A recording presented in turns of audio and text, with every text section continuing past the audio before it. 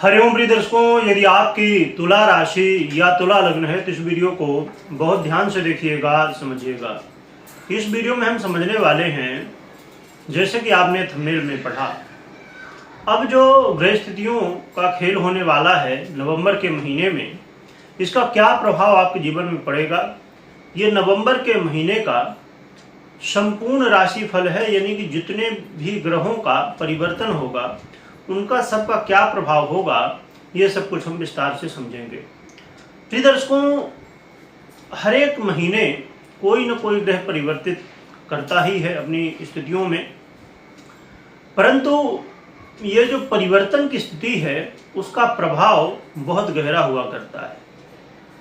उसमें भी कुछ ऐसे ग्रह और कुछ ऐसे परिवर्तन होते हैं जिनका प्रभाव व्यापक रूप से संपूर्ण विश्व में देखा जाता है।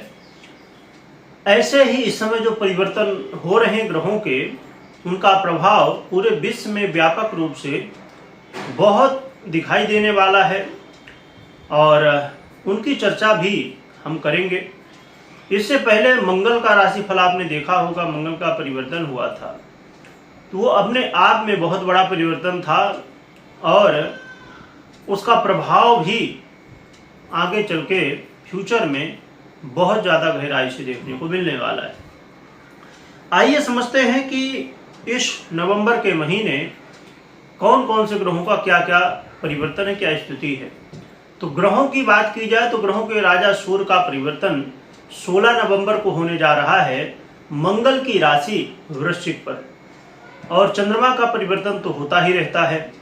और मंगल की बात करें तो मंगल इस समय कर्क राशि अपनी नीच की राशि में गोचर कर रहे हैं। बुध जो है तो 26 नवंबर को वक्री हो जाएंगे, जो कि अभी मार्गी अवस्था में है, और अभी उदय अवस्था में है बुध, और फिर बुध 29 नवंबर को अस्त हो जाएंगे। और ये बुध का जो परिवर्तन है ये बहुत लंबे समय के लिए। साथ में देखा जाए तो देवगुरु बृहस्पति अपने शत्रु की राशि वृषभ पर ही गोचर कर रहे हैं।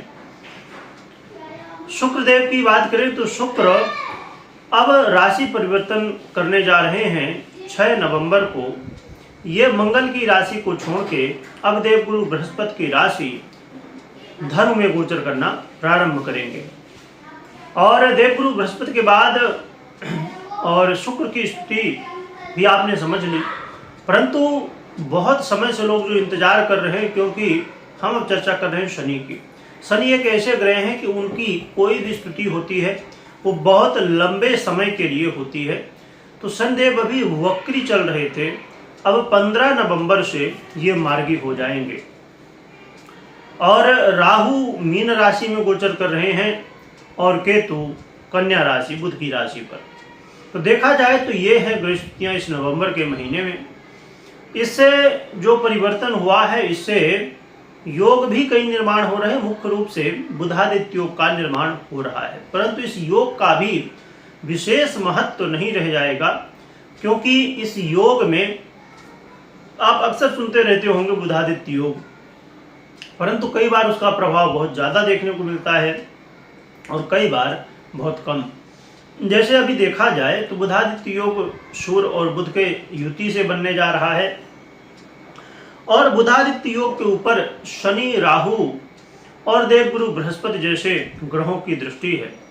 और बुधादित्य योग जो बनने जा रहा है इस वृश्चिक राशि पर, उसके अधिपति मंगल खुद पीड़ित अवस्था में है, और बुध भी अपने शत्रु के राशि में बुधादित्य योग बना रहे हैं, जो कि कहीं न कहीं फल देने में कमी आ जाएगी।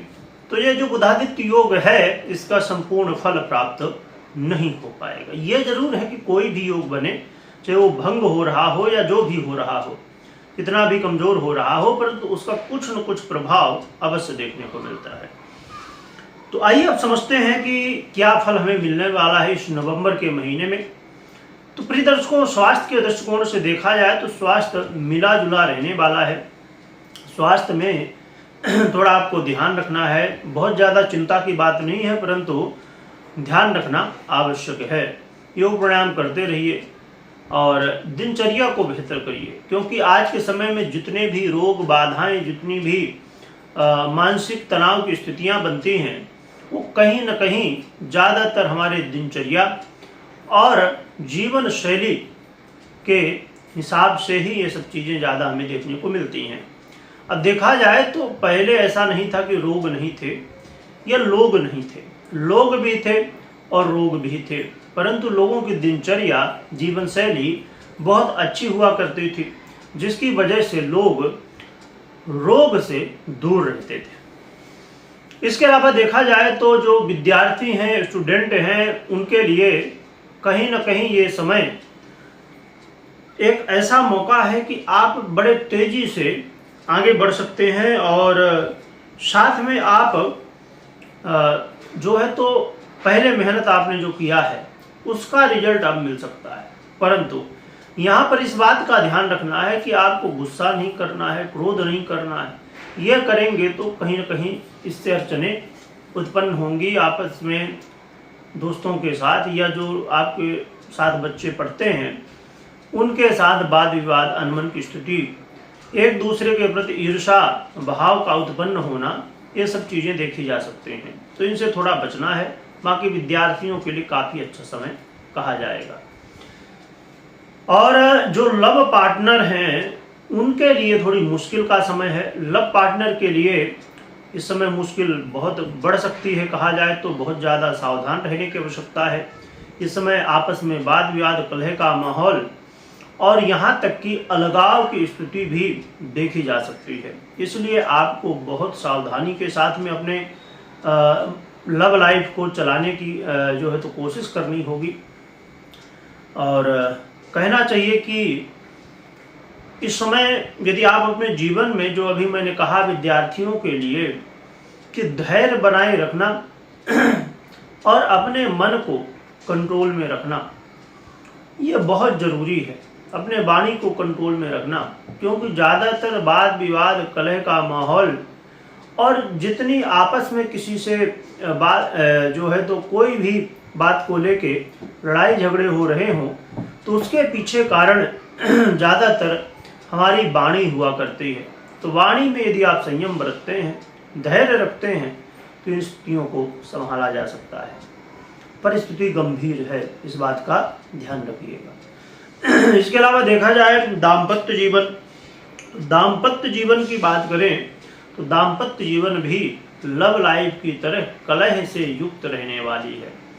इसलिए आप थोड़ा सा ध्यान रखिए। खासकर अभी 16 तारीख तक तो बहुत ध्यान रखने की आवश्यकता है, उसके बाद भी आपको सावधान रहने की आवश्यकता रहने वाली है। तो यदि आप अपने मैरिज लाइफ में हैं और चाहते हैं कि मैरिज लाइफ बहुत बढ़िया रहे, तो आप यही ध्यान में रखिए कि जितना ज़्यादा शतमार्ग में चलेंगे और अपने रिश्ते के प्रति 100% आप समर्पित होंगे, उतना ही ज़्यादा आपके लिए अच्छा रहेगा। क्योंकि संभवतः इस समय आपका मन विचलित हो रहा हो, आप अपने दाम्पत्य जीवन में ये महसूस कर रहे हो कि जो आपको सम्मान मिलना चाहिए तो वो सम्मान मिलने की जगह अपमान देखने को मिल रहा है। एक दूसरे के प्रति आरोप प्रत्यारोप की स्थिति बन रही है। तो इन सब चीज़ों से, और इस समय तो कई लोगों के रहस्य भी उजागर हुए होंगे या तो होने वाले हैं। इसलिए यदि आप अपने रिश्ते के प्रति लॉयल नहीं हैं तो कहीं ना कहीं मुश्किल खड़ी होने की संभावनाएं बहुत ज़्यादा बढ़ सकती हैं। व्यापारियों के लिए देखा जाए तो व्यापारियों के लिए मिली जुली स्थिति है।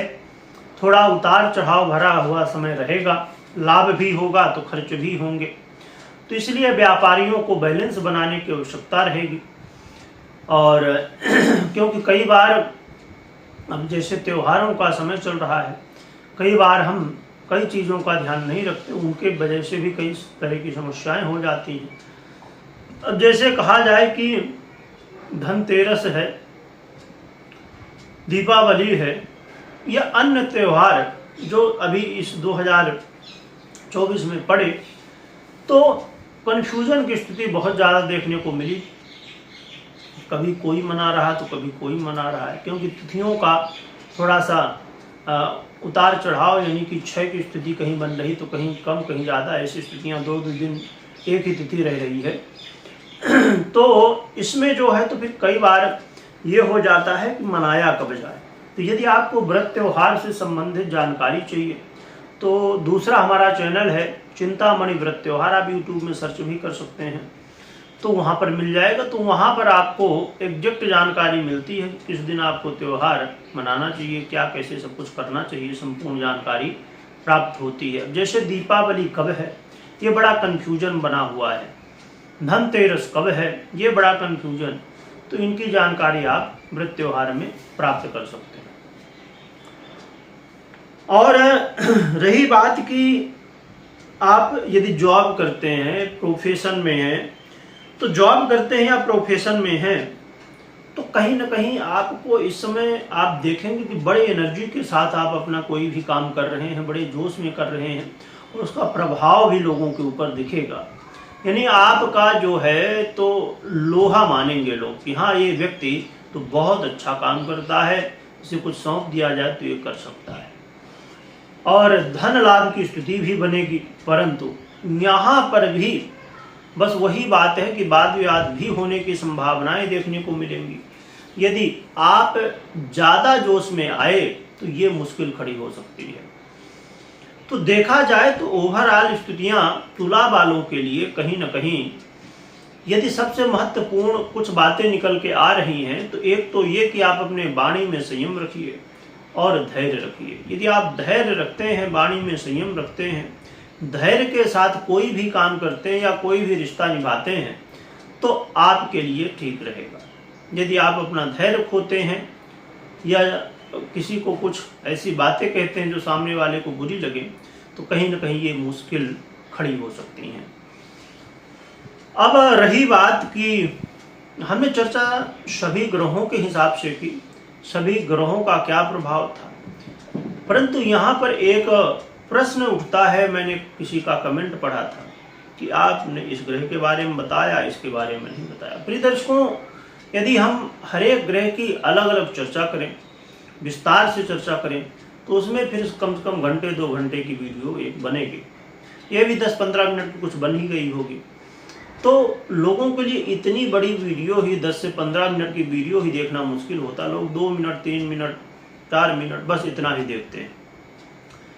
बहुत ही कम लोग होते हैं जो कि वीडियो पूरा देखते हैं क्योंकि उन्हें वास्तविकता में ज्योतिष में रुचि है और अपने विषय में संपूर्ण जानकारी प्राप्त करना चाहते हैं। जिन्हें आधी अधूरी जानकारी प्राप्त करनी है तो वो तो 1 मिनट 2 मिनट में ही भाग जाते हैं और फिर कंफ्यूजन भी बना रहता है। फिर लगता है कि अरे जो बताया गया वैसा हुआ भी नहीं। तो ऐसी कई सारी स्थितियाँ बनती हैं।